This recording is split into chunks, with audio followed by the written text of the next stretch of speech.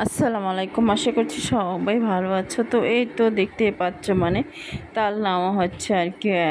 অল্প পরিমাণে কিছু তাল, 3টা তাল নিয়ে আজ সারাদিন সকাল বিকাল তালের নাস্তায় খাওয়া হবে। তো এখন তালের রস বানানো হচ্ছে আর কি। তো তালের রস রান্না করে সকাল আগের দিন বিকেলবেলা তালের রসটা রান্না করে রাখা হলো আর কি।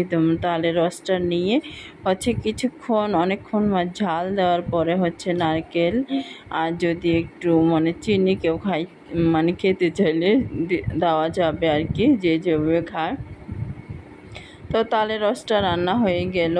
তো এই রসটা দিয়ে সকালবেলা আমাদের নাস্তা হবে আর কি।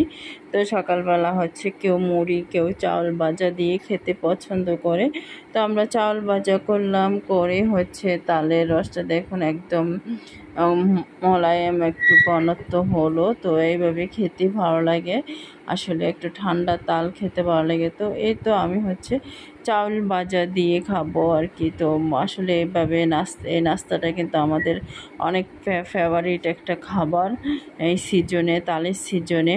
তারপরে বিকালবেলার দিকে তালের বড়া করা হলো আর কি। তো আজ তালের রস দিয়ে তালের বড়া, তালের রস দিয়ে পিঠা। আরেকদিন